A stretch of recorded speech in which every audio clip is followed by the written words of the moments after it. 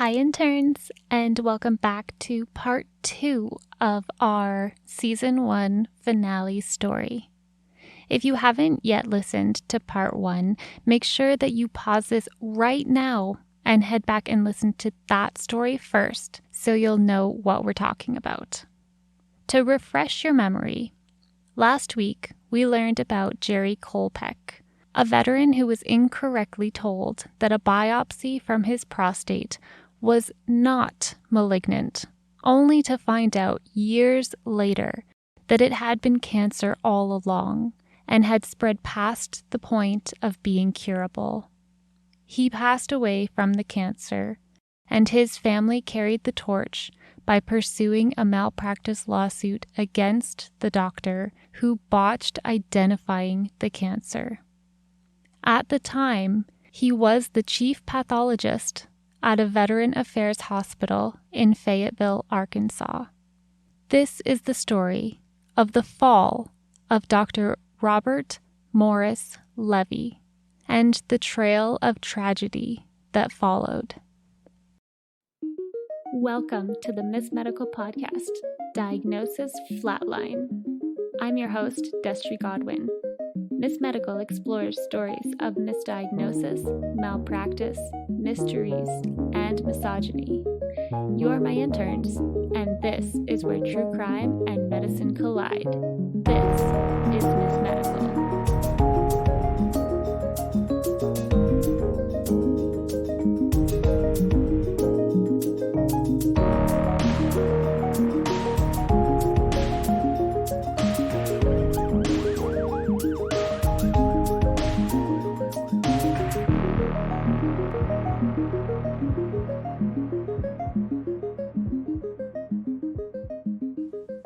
Robert Levy was born in 1967. I don't know an abundance about his early life or his path into medicine, but I do know a bit from statements that were included in legal documents. Robert received his medical license in 1997 from the Mississippi State Board of Medical Licensure. He would have been 30 at that time, so I think it's reasonable to assume he followed a fairly linear path into medicine. He certainly couldn't have taken much time off to explore other career paths if he was already licensed by that age. In the U.S., pathologists are doctors who have completed a 4-year undergraduate program, 4 years of medical school training, and then 3 to 4 years of postgraduate training in a pathology residency. From there, they can branch out into further specialties or fellowships, but at a minimum, it's generally 11 to 12 years of schooling. So if you're doing the math like I am, Robert would have headed into his undergrad program pretty much straight after graduating high school. In 2005, with only 8 years of experience under his belt, the Veteran Healthcare System of the Ozarks, sometimes called the Veteran Affairs or VA Hospital of Fayetteville, invited Robert to join their team as the Chief of Pathology and Laboratory Medical Services. That title is certainly a mouthful.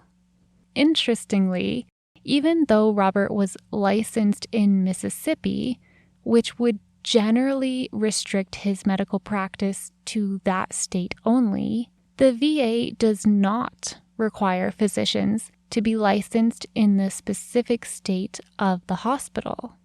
Basically, this meant Robert could accept a position in Arkansas without needing an Arkansas-issued medical license.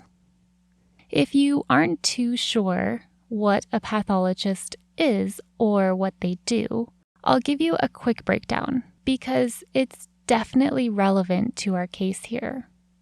The prefix path is derived from the Greek word pathos and has a somewhat loose translation of suffering or disease. The suffix of the word means a doctor or a person who studies. So a pathologist would be a doctor who studies suffering or disease. It's not a great translation as far as medical terms go, but it kind of really is what a pathologist does. They examine bodies as whole systems and bodily fluids and tissues to identify disease or help reach a diagnosis. They are an important piece of the medical system for investigating medical issues with broad or chronic symptoms and helping a primary care doctor to reach a diagnosis. They also inspect, examine, and make a diagnosis of disease in biopsied tissue or fluid samples. Generally, pathologists will specialize in one of 4 different career paths: anatomic pathology, dermatopathology, forensic pathology, and laboratory medicine. There are, of course, many varying subsets of specialties beyond these ones as well, but they are the more common ones where you may have heard the term pathologist used before. In the case of Robert and his shiny new title with Veteran Affairs, his focus was on laboratory pathology, assessing tissue and fluid samples from biopsies to identify cases of disease. Most commonly would be signs of cancer. For the most part, it seems Robert was successful in his new position for several years. There was no concerning history that came up, at least that I could find, between 2005 and 2013. Now, it is hard to know if that's because there just weren't any issues happening during that time, or if it's that they just weren't being noticed. Part of the reason that that could even be a possibility is because the person who had developed and maintained the pathology lab's quality management program was none other than Dr. Levy himself, even though it was only Dr. Levy and one other pathologist working there. He was also the chair of oversight committees. So if any concerns had been brought forward, it's possible that Robert was able to dismiss them or have those concerns mysteriously disappear. In his personal life at this time, Dr. Levy was married on November 14th, 2013 in Fayetteville. But all was not rosy for the newlyweds. Public records show that Robert filed for divorce less than a month later on December 10th of 2013. However, also strangely, it does appear that he had a change of heart because he ultimately withdrew his petition for divorce, which was dismissed without prejudice in April of 2014. And that rolls right into the beginning of our breadcrumb trail related to his career. The first record I found that mentions the beginning of the end for Dr. Levy was from 2014, when the chief of staff for the healthcare system reportedly received a complaint that Dr. Levy smelled of alcohol. But it doesn't seem that there was any follow-up to this at that time. His suspected issues with alcohol use resurfaced in September of 2015, when it was reported that a hospital staff member filed a report stating Dr. Levy showed up to work smelling of alcohol with red eyes and hand tremors. At that point, he was interviewed by a fact-finding panel who asked if he was under the influence of alcohol, while on duty at the hospital. Dr. Levy denied the allegations. One source reported that in October of 2015, when he was called into the review for the complaint made the month prior, he showed up smelling of mouthwash, had red, glassy eyes, and exhibited hand tremors.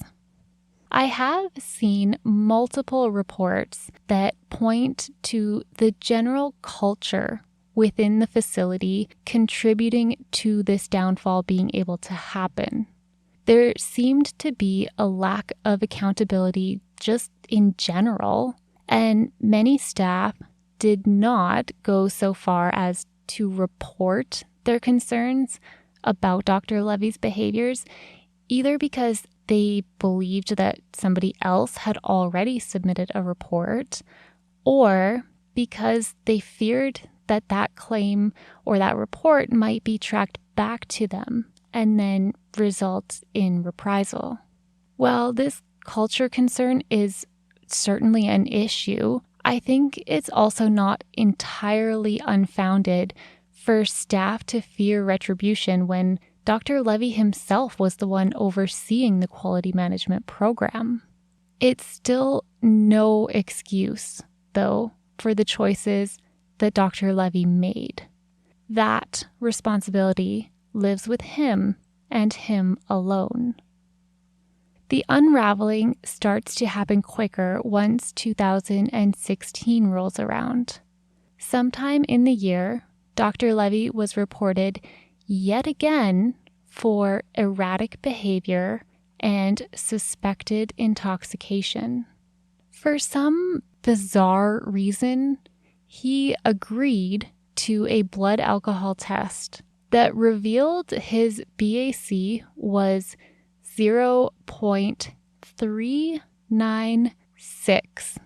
That is an extreme amount of alcohol when you consider the legal limit in many places in North America is 0.08. He was more than 4 times over the legal limit. Because of this finding, Dr. Levy was put immediately on a suspension of his ability to practice medicine, as well as his clinical privileges.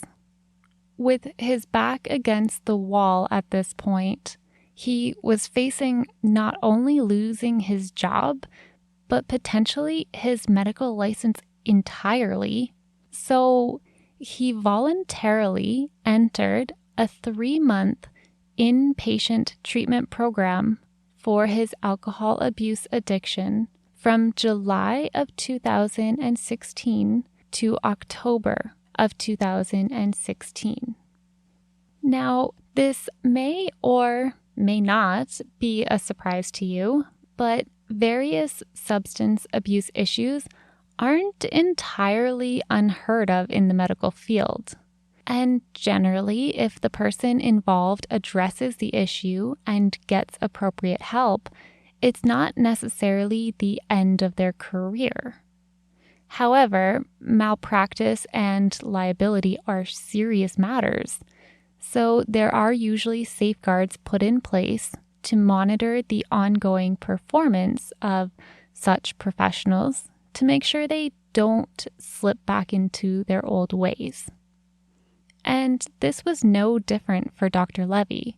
He was presented with a contract from the Mississippi State Board of Medical Licensure and the Mississippi Physician Health Program that detailed his exact responsibilities for returning to work. Naturally, a big piece of that agreement involved Dr. Levy agreeing to abstain completely from both alcohol and other mood-altering substances. To ensure he was compliant to this, he would also have to undergo random urine and/or blood tests checking for both alcohol and other drugs. Of course, the freshly rehabilitated Dr. Levy agreed to the terms and returned to work in October of 2016. And those random drug and alcohol tests were not a bluff.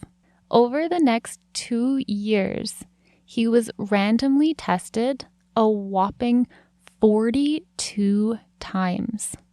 That's pretty close to bi-weekly testing for a full 2 years. And if you think you already know where this is going, well, you'd probably be wrong, because our model of Mr. Rehabilitated passed every single one. But you already know that can't be the full picture.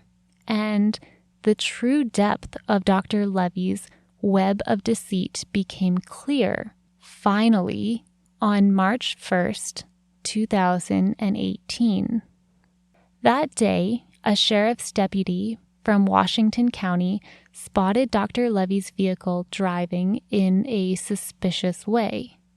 He suspected the driver may be having medical issues or be impaired in some way, and pulled the vehicle over.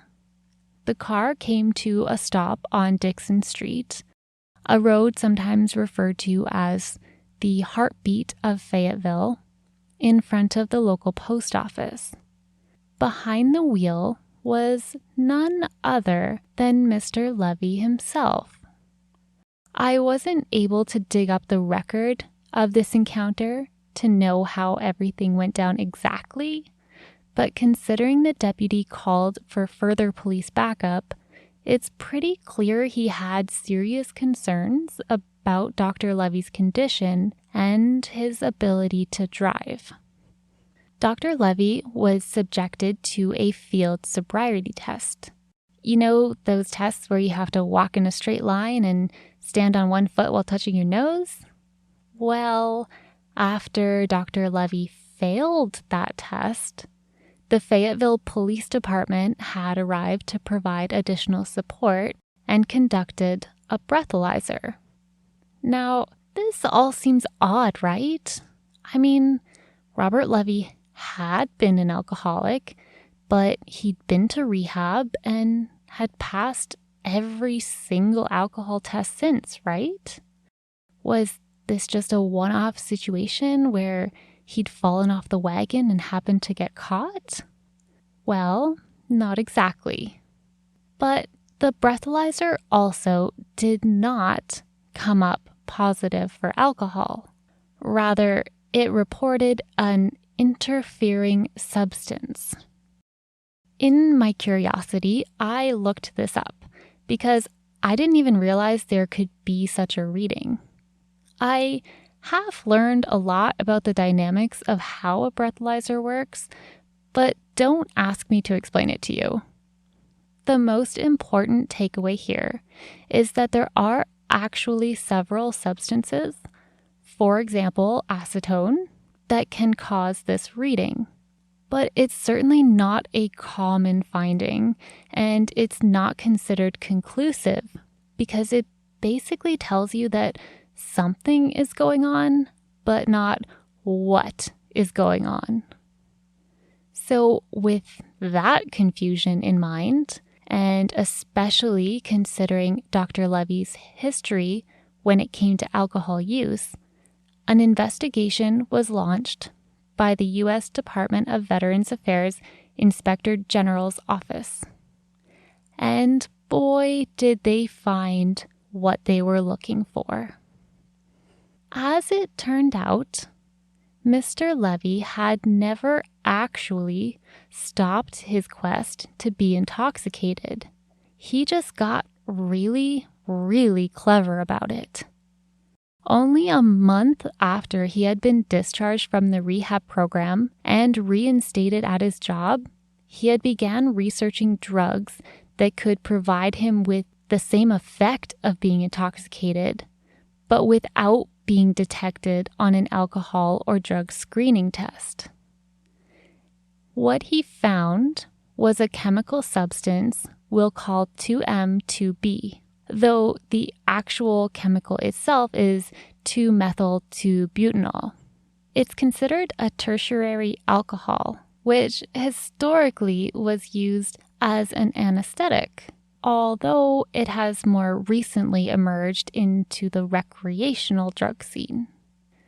Wikipedia claims it affects receptors in the same way as traditional ethanol, and so the effects on the mind and body are similar, though 2M2B is considered more potent than ethanol, and the effects on a person's balance and physical coordination are typically more noticeable with 2M2B. And it's quite a bit more toxic. Where generally 100 grams of ethanol would render somebody unconscious, it takes only 2 to 4 grams of 2M2B to do the same. Interestingly, it's not an uncommon compound. It's a byproduct of fermenting grains. And since grain is used in many true alcohol products, 2M2B can be found in trace amounts in many alcoholic beverages. Beyond that, Wikipedia claims it's even been detected in fried bacon. Don't ask me how that relates to fermented grains, unless pigs are fermenting food in their stomach that's absorbed into their tissues. And it's also been found in rooibos tea, and perhaps the weirdest one, in rabbit milk. 2M2B also causes longer periods of intoxication, up to 24 hours after consumption, and it doesn't go through the same metabolic process as alcohol, so it doesn't result in a hangover.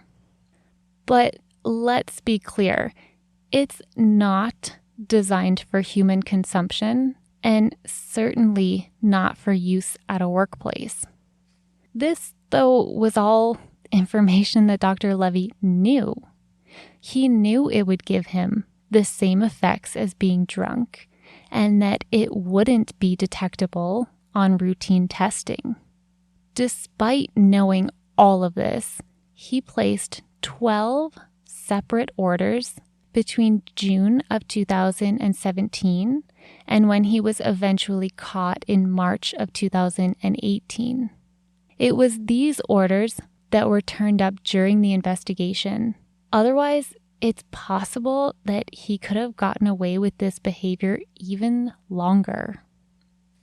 Due to the DUI incident, Mr. Levy was no longer able to practice medicine, and an independent review of all of his cases began. And this was no small undertaking. When you consider his position and length of employment, that all amounts to a lot of cases he oversaw that all needed to be independently reviewed. Reportedly, that review took the manpower of 53 pathologists who reviewed over 300,000 samples from 33,902 cases, with a total cost of $2.1 million. And if you're curious, I found it reported that Dr. Levy's annual salary around this time would have been $225,000 US. But I digress. It was a good thing they did the review. They found 592 cases where there was a significant misdiagnosis that would be serious enough to have risked the patient's health, and 30 of those cases were confirmed to have had serious medical consequences. And one of those cases was none other than Mr. Jerry Kolpek, who got that fateful call in June of 2018 telling him his tissue sample from 6 years prior had been re-examined and, in fact, had been cancerous all along. Now, I think it's also important to point out that all pathologists make errors at some point in their career. Unfortunately, it's not an exact science, and sometimes samples are extremely difficult to draw a conclusion from. Even on this podcast, this isn't the first case we've seen of an incorrect diagnosis stemming from a pathology sample. But when all was said and done with the investigation, the Washington Post reported that Dr. Levy's rate of clinical errors was at almost 10%, which is more than 10 times what would be considered standard within the industry. The reported normal average is only 0.7%. Beyond those staggering statistics, though, was the fact that Dr. Levy seemed to know he was not doing an adequate job. It's not uncommon for a pathologist to seek the opinion of a colleague when it comes to a difficult sample, and to have them sign off on the report that they have also examined it and they concur with whatever conclusion, either that there was a diagnosis present or that none was found. And this was a practice that happened several times for Dr. Levy's reports. He stated that his fellow pathologist concurred with his findings, despite that never happening. And in some cases, even despite his colleague expressly disagreeing with Dr. Levy. But as we know, Dr. Levy was the boss of the department, so to speak, so any colleague he implicated was technically a subordinate of his. And let's not forget, Dr. Levy had also strategically poised himself as a key member of the quality control within the department, giving him nearly untouchable power to bend the rules to suit hiding his own shortcomings. To really understand how grave this was, these weren't just little white lies he was covering up. In one instance, in February of 2014, Dr. Levy examined tissue samples from a tumor in a lymph node of a patient and made a diagnosis of diffuse large B-cell lymphoma. He was contacted by another doctor who urged him to re-examine the sample over fears that the diagnosis was incorrect. But Dr. Levy doubled down on his claim and falsely entered data into the patient's medical record, stating that another pathologist had reviewed his findings and agreed with the diagnosis. Only 5 months later, the Air Force veteran had passed away from small cell carcinoma, for which he had received no targeted treatments for, thanks to Dr. Levy's incorrect diagnosis of lymphoma. Another victim of Levy's negligent pathology work was Kelly Copeland, a retired Air Force Master Sergeant. Kelly had been suffering with symptoms related to an ear infection, but a biopsy was taken to rule out anything more serious. Dr. Levy determined the biopsy was negative, and Kelly was given antibiotics for what seemed like just a standard ear infection.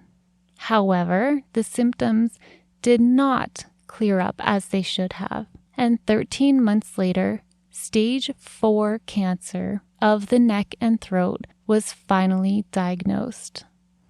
Mr. Copeland did receive treatment and ultimately survived the ordeal, but not without a price. He lost the ability to swallow food, and his quality of life has been greatly affected. As all of the horrible details came to light through this investigation, it became clear that this was not just a case of medical negligence. This was criminal behavior. In August of 2019, a federal grand jury indicted Mr. Levy, and public records show his wife separated from him that same month. By October of 2019, Mr. Levy's wife had filed for divorce. Mr. Levy faced a whopping 31 charges, including 3 charges of involuntary manslaughter and 28 charges of mail fraud, wire fraud, and false statements to law enforcement officials. Those fraud charges seem to stem from his orders for the 2-M-2B drug that he was having shipped to his home, which was often being shipped across state lines. Though it appears that he initially pled not guilty, in June of 2020, Mr. Levy took a plea deal and ended up pleading guilty to 1 charge of involuntary manslaughter and 1 count of mail fraud. He was sentenced to 20 years in prison. While this might seem like a victory, it was a bittersweet win for the patients and families who had been affected by his negligence. Mr. Levy's sentence could not bring back the 15 lives he had played a critical role in ending. It could not reverse the pain and suffering of the victims who survived but were forced to endure unnecessary treatments or delayed treatments. It could not bring trust back into the hearts of those patients and families who counted on the medical system Mr. Levy represented to do them no harm. It wouldn't mend the hearts of the Kolpek family, who lost a formidable family man far too early. It wouldn't bring back Robert Chick, who died in 2017 from lung cancer that Mr. Levy had failed to diagnose. It wouldn't heal Mr. Copeland from the invasive treatment he was forced to undertake for his delayed cancer diagnosis. It wouldn't bring back the life of the unnamed veteran who died of small cell carcinoma after receiving treatment for the wrong cancer. This case was one of very few that crossed the line from a civil malpractice suit into a full-blown criminal proceeding. But given the prolonged and blatant negligence of Mr. Levy, there really was no other acceptable way to handle it. While this case was certainly extreme in many ways, I hope there are a few things you take away from this.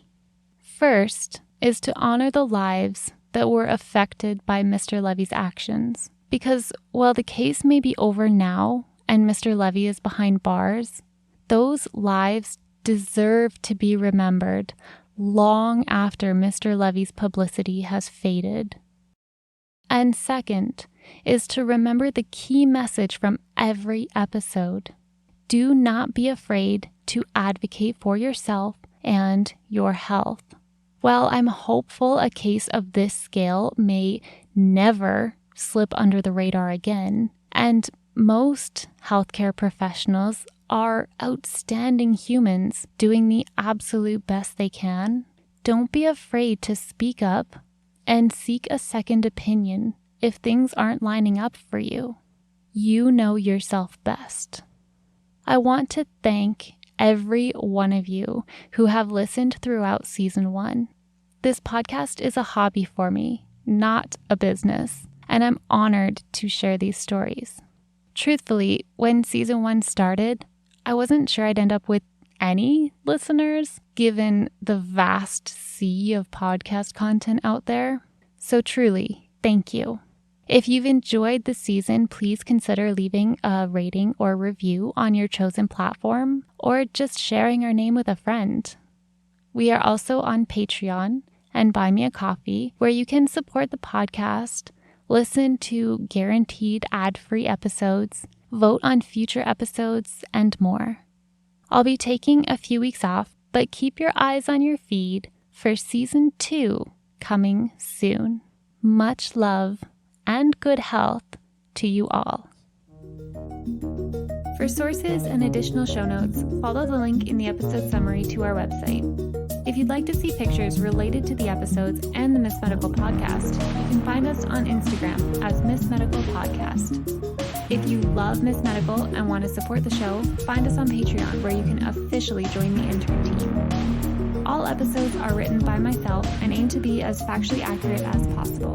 Music is an original composition recorded and produced by Jason Chamberlain. And of course, make sure you follow the podcast on your chosen platform so you never miss an episode.